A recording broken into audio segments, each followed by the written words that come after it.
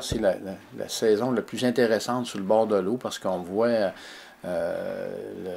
on voit l'impact de la température, les tempêtes. On voit venir les tempêtes, on les voit partir, le soleil revient, les glaces partent et reviennent, puis de temps en temps, whoop, une petite baleine bleue avec ça, en spécial.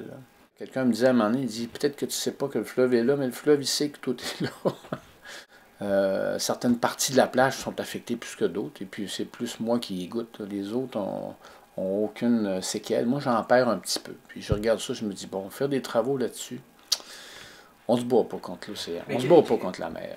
Tu as beau mettre ce que tu veux avec le réchauffement climatique, le potentiel d'érosion, puis le rehaussement du niveau des mers. Bon, regarde.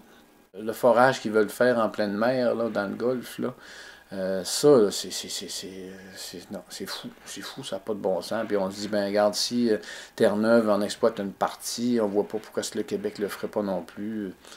C'est pas valable comme raison. Imaginez l'impact que ça aurait si vraiment il y aurait une fuite de pétrole à ce niveau-là. Là. Non, on s'en remettrait pas pendant 20-30 ans. On a juste à regarder l'Exxon Valdez, 25 ans après, il en reste encore.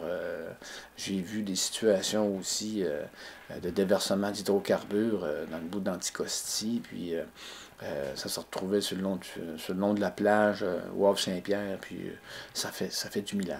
Il y en a partout.